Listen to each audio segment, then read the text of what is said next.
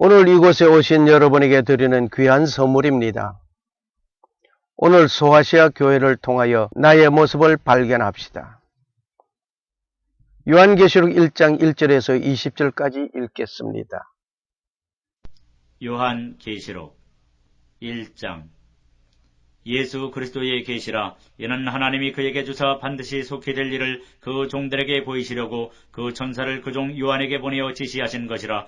요한은 하나님의 말씀과 예수 그리스도의 증거 곧 자기의 본 것을 다 증거하였느니라. 이 예언의 말씀을 읽는 자와 듣는 자들과 그 가운데 기록한 것을 지키는 자들이 복이 있나니 때가 가까움이라. 요한은 아시아에 있는 7 교회에 편지하노니 이제도 계시고 전에도 계시고 장차 오실 이와 그 보좌 앞에 7영과 또 충성된 증인으로 죽은 자들 가운데서 먼저 나시고 땅의 임금들의 머리가 되신 예수 그리스도로 말미암아 은혜와 평강이 너희에게 있기를 원하노라. 우리를 사랑하사 그의 피로 우리 죄에서 우리를 해방하시고 그 아버지 하나님을 위하여 우리를 나라와 제사장으로 삼으신 그에게 영광과 능력이 세세토록 있기를 원하노라. 아멘. 볼지어다 구름을 타고 오시리라. 각인의 눈이 그를 보겠고 그를 찌른 자들도 볼 터이요 땅에 있는 모든 족속이 그를 인하여 애곡하리니 그러하리라. 아멘. 주 하나님이 가라사대 나는 알파와 오메가라. 이제도 있고 전에도 있었고 장차 올 자요 전능한 자라 하시더라. 나 요한은 너의 형제요 예수의 환난과 나라와 참음에 동참하는 자라. 하나님의 말씀과 예수의 증거를 인하여 반모라 하는 섬에 있었더니 주의 날에 내가 성령에 감동하여 내 뒤에서 나는 나팔 소리 같은 큰 음성을 들으니 가로되 너 보는 것을 책에 써서 에베소, 서머나, 버가모, 두아디라, 사데, 빌라델비아, 라우디게아 7 교회에 보내라 하시기로 몸을 돌이켜 나더러 말한 음성을 알아보려고 하여 돌이킬 때에 7 금촛대를 보았는데 촛대 사이에 인자 같은 이가 발에 끌려는 옷을 입고 가슴에 금띠를 띠고 그 머리와 털의 희기가 신양털 같고 눈 같으며 그의 눈은 불꽃 같고 그의 발은 풀무에 단련한 빛난 주석 같고 그의 음성은 많은 물소리와 같으며 그 오른손에 7 별이 있고 그 입에서 좌우에 날선검이 나오고 그 얼굴은 해가 힘있게 비치는 것 같더라.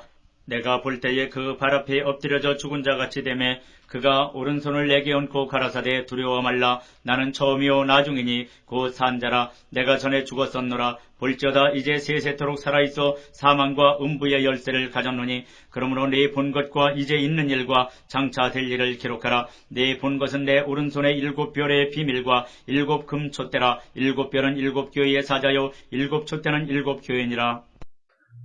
지중해를 보면서 북쪽에 에게해가 있습니다. 그 에게해 동쪽에 아시아가 있습니다.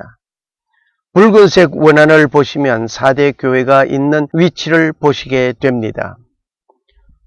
좀 더 크게 지도를 그려봅니다. 4대 교회는 서머나 교회에서 동쪽에 있습니다. 여기에 가로속에 있는 영어 이름은 현재의 이름입니다. 오늘 4대 교회를 조명하고자 합니다. 요한계시록 3장 1절에서 6절의 말씀.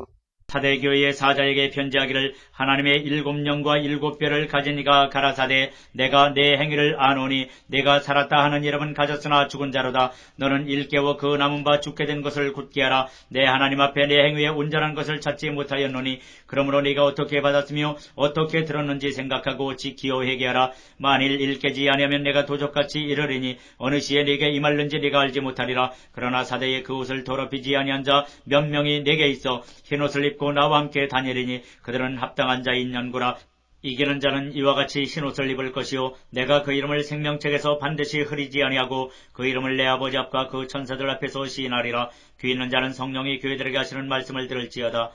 4대 교회는 소아시아에 있던 7 교회 중에 한 교회입니다. 편지는 5번째 받은 교회입니다. 혹시 4대 교회와 같은 교회에 소속된 성도라면 무엇을 회개해야 할 것인가를 스스로 점검하여 보아야 할 것입니다. 4대에 오셨으니 4대를 방문하겠습니다. 이것은 4대 교회 내부입니다. 예수님의 시신을 쌌던 성의입니다. 가운데 부분에 예수님의 얼굴 형체가 보입니다. 이것은 교회 현관 입구에 걸려 있습니다. 여기에 기둥은 4대에 있는 아데미 신전입니다. 기둥 앞에 있는 것이 4대 교회입니다. 사진을 좀 더 다른 각도에서 본 것입니다. 4대 교회의 유물입니다. 사대에 있는 아데미 신전입니다. 사대 아구라 시장터를 봅니다. 로마 시대에는 직물과 염색 공업으로 사대는 번성하였습니다. 그러나 이 번영이 지역 주민들에게는 부도덕한 생활을 하게 되었습니다. 로마 시대에 사대 체육관이 있었습니다. 사대에 있는 아데미 여신 신전이 있던 곳입니다.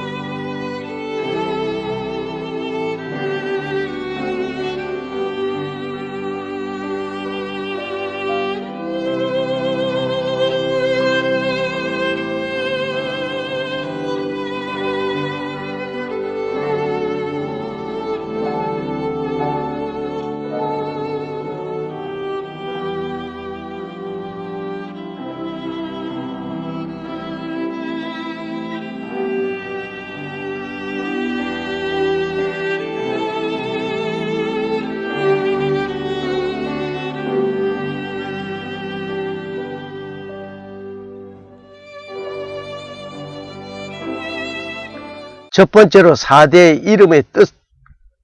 이름의 뜻은 새로운 것들, 남아있는 것들이라는 뜻을 가지고 있습니다. 사대 교회 사자에게 편지하기를 하나님의 7영과 7별을 가지시니가 가라사대 내가 네 행위를 아노니 네가 살았다 하는 이름은 가졌으나 죽은 자로다. 요한계시록 3장 1절 말씀. 소아시아 서쪽 해안에 있던 루디아의 수도로서 서머나 동쪽 약 80km 지점, 트몰르스 산 북쪽 기설 허몰스 평야 남단에 자리 잡고 있습니다. BC 1200년경에 세워진 난공불락의 요새지였습니다. 세월이 흘러감에 따라 상업도시로 번영하였으며 직물과 기금속 생산지로 이름난 곳입니다. BC 6세기와 3세기 두 차례에 걸쳐 파괴되었습니다. 이곳에는 여신 시빌리스의 신전이 있고 부도덕한 제사의식이 거행되었습니다. 사대는 무역이 활발한 곳이었습니다. 그로 인하여 경제적인 부를 누리고 부를 축적하던 곳이었습니다. 험준한 산을 배경으로 한 난공불락의 요새로 BC 1200년경에 세워진 도시로 그 후 수세기가 지난 후 산기슭의 제2의 도시가 형성되어 고대 리디아 왕국의 수도로 자리를 잡게 되었습니다. BC 6세기에 전성기를 맞게 되는 크로수스 왕은 서구인들에게 부를 상징하는 왕으로 널리 알려져 있을 만큼 사대는 당시 부유한 상업도시로 직물, 귀금속 생산 및 사금이 유명하였으며 인류 최초로 금화를 만든 곳이기도 했습니다.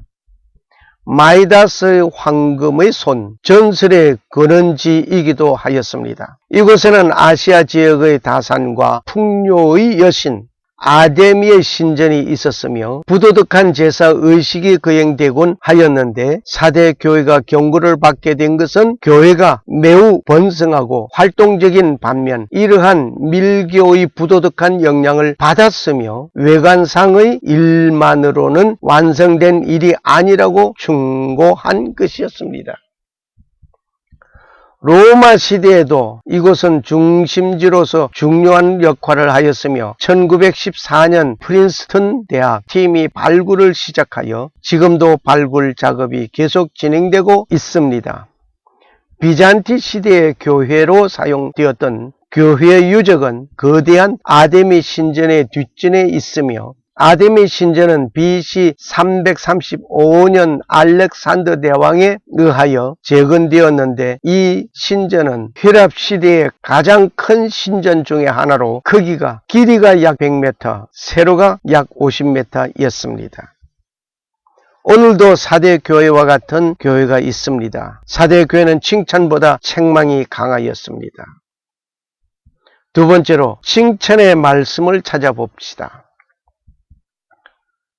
그러나 사디에 그 옷을 더럽히지 아니한 자 몇 명이 네게 있어 흰옷을 입고 나와 함께 다니리니 그들은 합당한 자인 영고라. 요한계시록 3장 4절 말씀입니다. 여기에 흰옷은 성도들의 옳은 행실을 말씀하고 있습니다. 그에게 허락하사 빛나고 깨끗한 세마포를 입게 하셨은즉 이 세마포는 성도들의 옳은 행실이로다. 요한계시록 19장 8절 말씀. 사대교회는 외적으로는 살아있는 모습이지만 내적으로는 죽은 교회이었습니다. 고로 주님의 책망을 듣게 된 것입니다. 기도의 소리는 있는데 그 능력이 없습니다. 찬양은 있는데 영광이 없습니다. 말씀은 외치는데 말씀의 능력과 순종이 없습니다.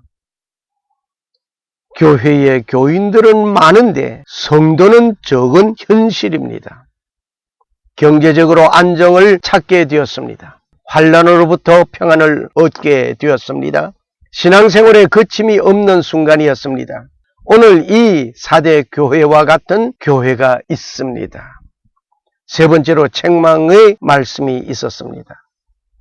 주님은 사대 교회를 향하여 하신 말씀의 서두에 책망부터 시작되었습니다. 신앙의 박해가 있고 경제적인 어려움이 있을 때에는 주님을 바라보는 간절함이 있었습니다. 일상생활의 안정함과 신앙생활의 안정함을 누리면서 주님을 향한 열정은 식어간 것입니다. 예수님께서 사대라는 도시, 사대 교회를 향하여 살았다는 이름은 가졌으나 실상은 죽었다 하셨습니다. 이 말씀이 주는 교훈이 무엇입니까? 나는 교회를 다니고 있고 그리스도를 구주로 믿고 있으니 죽은 자가 아니라 살았다 할 것입니다. 그리고 육신적으로 호흡하고 있으므로 죽은 자가 아니라고 항변할 것입니다. 그러나 사대 교회와 같은 교회가 너무도 많습니다. 현대 교회 신자들이 사대 교회처럼 영적으로는 죽어 있으면서 깨닫지 못하는 사람들이 너무도 많습니다. 감리교의 창시자 요한 웨슬레안을 높이 평가하는 일도 좋습니다. 그러나 최고인 것 같이 말하면 그리스도의 구원의 사역이 감춰집니다. 그리스도 교회에서 초대 교회로 돌아가는 환원 운동의 지나친 주장이 그리스도의 복된 소식이 그보다 크면 예수 그리스도는 원하지 아니합니다. 종교개혁자 마르틴 루터의 이름과 그 개혁의 소리를 그리스도의 말씀보다 크고 높인다면 그리스도는 그곳에서 보이지 아니합니다. 장로교에서 존 칼빈의 사상이 중요한 것은 사실입니다. 그러나 그것이 최고인 양 말하면 예수님의 말씀과 율례와 법도는 감추어집니다. 모든 교단에서 주장하는 그 소리가 교회 분열을 만들었습니다. 우리가 소속된 어느 교단에 있다는 것은 행정적인 것이지 그것이 그리스도보다 클 수 없습니다. 교단은 달라도 그리스도의 한 몸입니다. 한 몸에 여러 가지 지체가 있는 것 같이 말입니다. 우리가 교단을 만드는 것이 아니고 예수 그리스도를 믿는 것입니다. 예수 그리스도의 몸을 이루는 것입니다. 강력한 교리 주장한다면 그 교리를 믿는 것입니다. 예수 그리스도를 나의 구주로 모시고 그분을 믿는 믿음이 요구됩니다. 본인은 장로교에서 칼빈의 사상과 칼빈의 5대 교리를 배웠습니다. 그리고 감리교단에서 8년 8개월간 목회를 하였습니다. 그때 본인은 하는 말이 우리는 내 몸 담고 있는 교단의 교리를 무시할 수 없습니다. 그러나 그것을 그리스도의 말씀에 벗어나 지나치게 주장하면 그리스도를 믿는 것이 아니고 그 교리를 주장하는 웨슬리안이나 마르틴 루터나 칼빈을 믿는 것입니다. 이 말을 한 저에게는 이단 사상이 가득한 논리를 전개한다는 것으로 교리심의 재판부에 회부된 일이 있었습니다. 교단이란 높은 장벽을 교회와 교회 사이에 세웠습니다. 그리고 종교개혁의 진정한 정신은 사라지고 교단과 교권주의가 있어 그리스도는 감추어지고 있습니다. 교회사를 왕래하시는 예수님은 어디로 가셨습니까? 사대 교회는 행위가 없는 것이었습니다. 그들은 행하여야 할 행위가 빠졌다는 것입니다. 신자는 교인이란 이름만 걸어놓고 교회는 교회란 간판만 걸어놓았을 뿐이지 하나님을 위하여서는 그 무엇도 하지 않는 것을 지적하신 것입니다. 이것이 사대 교회가 보여주는 죽은 상태라는 것입니다. 결국 예수님께서 행위의 온전한 것을 찾지 못했다 하신 것입니다. 오늘 사대 교회와 같은 교회가 있습니다. 네 번째로 사대 교회를 향하여 약속하신 말씀이 있습니다. 이기는 자는 이와 같이 흰 옷을 입을 것이요 내가 그 이름을 생명책에 반드시 버리지 아니하고 그 이름을 내 아버지 앞에 그 천사들 앞에서 시인하리라. 요한계시록 3장 5절 말씀. 사대 교회는 진리와 빛과 약속을 가지고 시작된 교회이었습니다. 신학적인 논쟁과 형식주의에 빠지게 되는 일들은 교회가 이룩한 사회적 안정과 구속 사역에 주님만 바라보아야 할 것인데 인간들의 공로를 앞세워 놓고 있습니다. 이러한 현실이지만은 주님의 말씀에 이기는 자에게 베풀어지는 놀라운 말씀이 있습니다. 그 이름을 생명책에서 반드시 버리지 아니한다는 말씀이 우리에게 힘이 됩니다. 소망이 됩니다. 만일의 경우 우리가 살고 있는 나라에 시민권을 박탈당하였다고 가정해 봅시다. 일체의 법적인 보호를 받을 수 없습니다. 그리고 그 나라에서 추방되는 것입니다. 생명책에 내 이름이 있다는 것은 천국 시민으로서 모든 천국의 권리를 누리는 것입니다. 나의 이름을 아버지 앞에 천사들 앞에서 시인하신다는 것은 나를 인정해 주시는 것입니다. 나를 안다고 하시는 것은 놀라운 축복입니다. 예수 그리스도의 참된 신자라면 주님을 위하고 하나님의 뜻을 위하여 살아야 될 것입니다. 온전한 신앙을 위하여 말씀을 읽고 그 말씀 따라 살아가는 행위가 따라야 할 것입니다. 감사합니다.